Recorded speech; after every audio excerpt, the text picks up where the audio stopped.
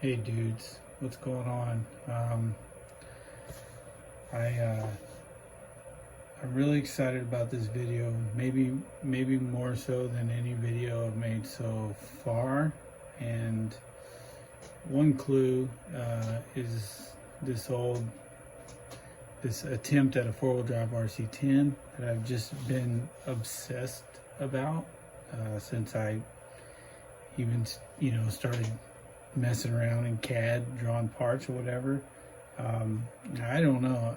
Since I started this, I just haven't been able to sleep good at night.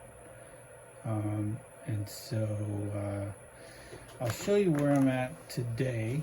And I know maybe a handful of you who really care about something like this probably thought, oh, dude, shit got hard, dude gave up. And I wouldn't blame you for thinking that, because I really don't know what I'm doing. But I am capable of really stupid things, and so I'll show you in just a second.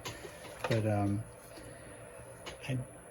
while I've been waiting on what I'm going to show you next, I did go ahead and sort out the belt tensioner. I don't know if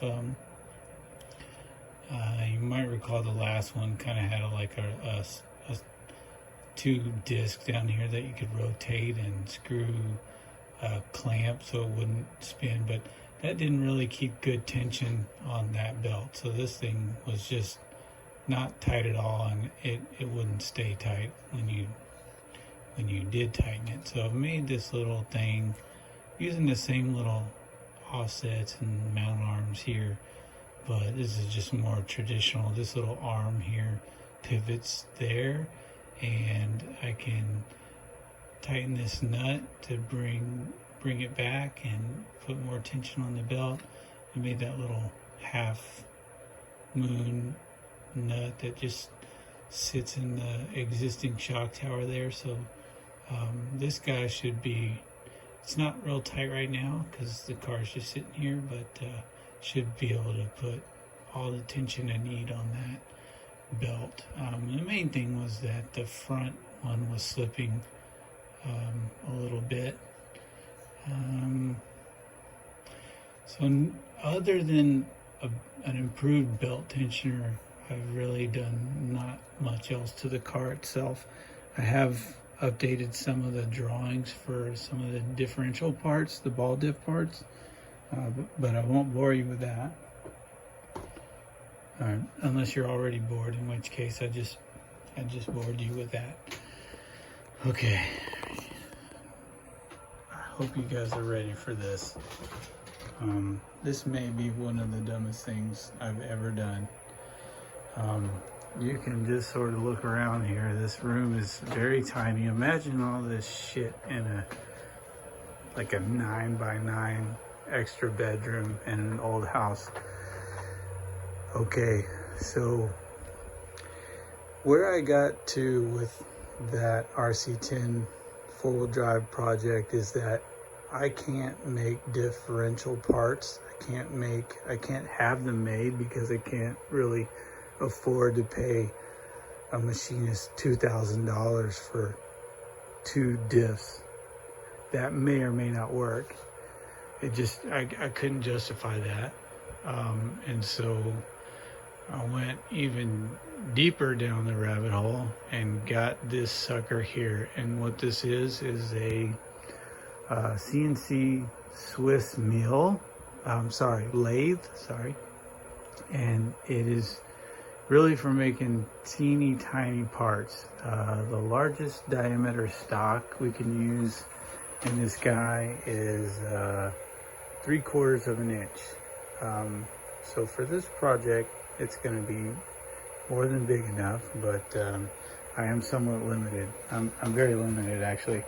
That bushing in there, I don't want to get my finger cut off, that bushing in there right now will hold a 1/2 inch stock, and I got a 1/4 inch bushing and a 3/4 inch bushing, so I should be able to make all of the differential parts, including the belt, pulleys, and all that sort of thing. Down there you kind of got optional mounting holes for cutoff tools, grooving tools, that sort of thing. And then you got like the ID, OD, turning tools here, you know, right in here. You'll just mount the little bit. So you can even mount drill bits and that sort of thing if you're doing like on-axis drilling and whatnot, which we'll be doing. And by the way, I don't mean to try to sound like an expert. And I worked in a machine shop in college for a couple years, and none of those, we didn't have any CNC equipment, and I've never used a CNC tool in my life. Maybe I could stretch it and say I ran a 3D printer once, but that, you know, nothing comes close to running a real CNC tool and programming it and all that. Anyhow, the biggest, I guess, I think, bonus feature about this particular machine is that you got 2 live spindles, right? So I can actually do some milling and use that almost the spindle for like turning. You can use that almost like a 4th axis. So here I'll be able to put some end mills or some ball mills and that sort of thing, and cut the little channels for the teeth, you know, the belt pulley teeth, at least in theory. So anyhow, sorry, I don't want to make this last too long, but this thing is, I just got it installed or put on the table and powered up and put together last night. I can't run it yet. I don't have the coolant line, the tank hooked up. Do got some birdseed, and I also don't have a proper air compressor. It calls for like 2.5 CFM at, you know, I'd say 90 to 100 PSI, and the one I have just isn't adequate. But we'll get one of those guys, and I don't know if I can take this cover off here with one hand. It's kind of awkward. I'll try without. Yeah, okay, sorry dudes. So this would, on a standard lathe, this would be the equivalent of the chuck, right? So you just slide your stock in there and tighten it down. And again, this is set up for 1/2 inch right now. And this whole assembly can move in and out. So this is what you call your Z-axis. And then you got, I believe your Y is here on this particular setup, and X is up and down, which is a little weird. But yeah, anyways, dudes, the main reason I'm showing you guys this, not just that I'm obsessed with the 4-wheel drive RC10 car, which I am, but hopefully I'll get to the point where I'm able to make some parts for anyone who might need something. You know, like my ultimate dream would be able to make the halves for a set of universals, the little hexagon drive washers or drive,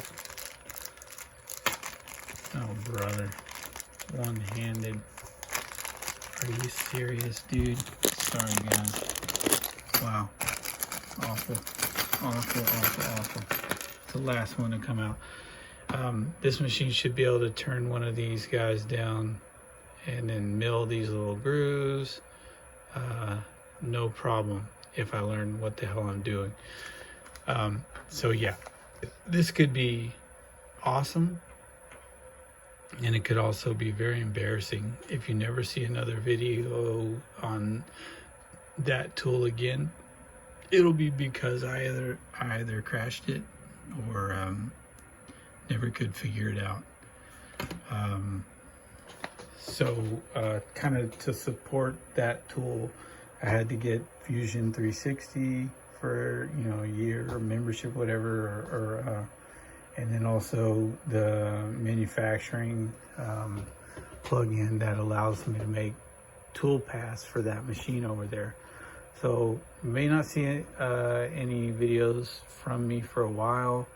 It's not that I'm not trying to work on RC, because I totally am, but it's time to finish this bastard and get to a point to where if someone actually wanted to do this to one of their RC10s, I could help them out with that.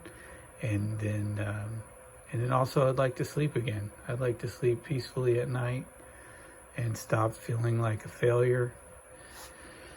And yeah, so that's all I got for now. If you got any questions about the machine, you got any parts, round turned parts that are 3/4 of an inch in diameter or smaller, that you know that you think maybe I could help you with, let me know, and I'll give it a shot, and I'll update you guys as I get a chance. I'm gonna stay off that thing. I'm gonna mess with this thing, and I'll see y'all next time. Take care.